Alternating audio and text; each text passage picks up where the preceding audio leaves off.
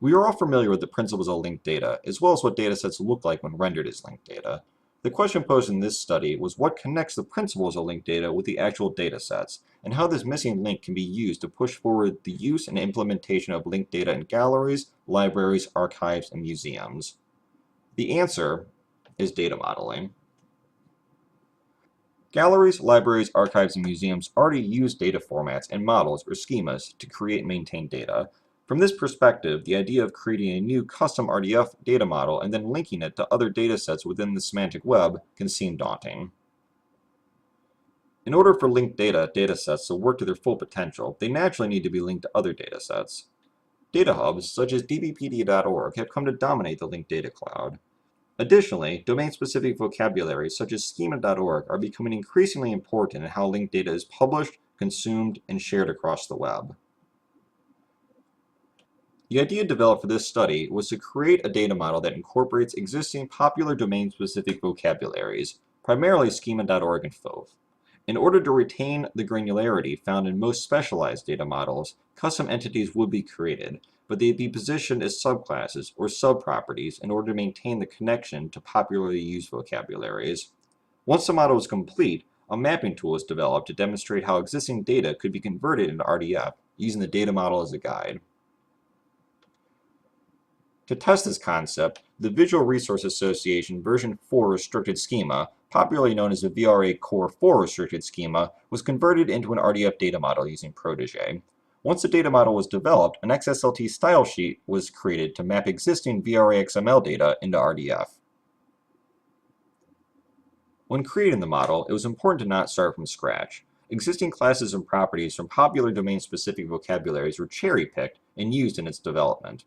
A difficult part in developing the model from the existing XML schema was ensuring that all the important connections that were typically hidden within the flat structure of the XML were properly represented in the RDF. To do so, XML elements and attributes needed to be individually parsed and reassembled to form rich semantic statements. Once the model was complete, it was paired with a VRA sample set and run against the XSLT style sheet. The resulting RDF output was then analyzed for accuracy and completeness. The data model that was developed for this study included 122 classes or properties that were structured directly as popular domain-specific vocabularies or as subclasses or subproperties. There were only 43 custom classes or properties used in the model. The sample set that was used in the study was provided by a member of the VRA listserv. She also serves as a member of the VRA Data Standards Committee. The collection provided was the University of Notre Dame's Lantern Slide Collection, which consists of 4,150 records. The style sheet that was developed for this study was used to demonstrate how the original XML data could be converted into RDF, using the model as a guide. All of the 4,150 sample records were successfully converted into RDF using the style sheet. The RDF output included 40,542 described entities. Here's an example of the original VRA XML from the Notre Dame collection. In it, an agent is being described.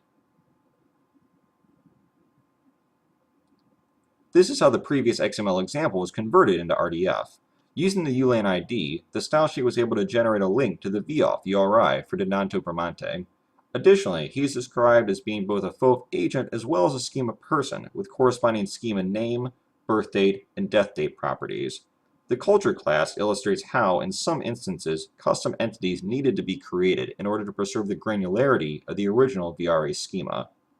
Finally, the VRA XML role element was converted into the object property schema creator to indicate that this person was actually related to the corresponding work, and that the relationship between them is that the agent was responsible for creating the work.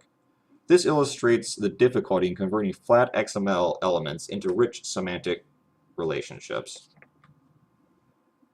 The next step in this study will be to test the process with another VRA dataset. Further testing will likely help improve and refine the data model that was initially developed for this study. Additionally, work will be conducted to determine the benefits of publishing linked data using popular domain-specific vocabularies. This work will focus primarily on improving search engine optimization. For more information on this study, please visit http:// perl.org/jmixter/thesis.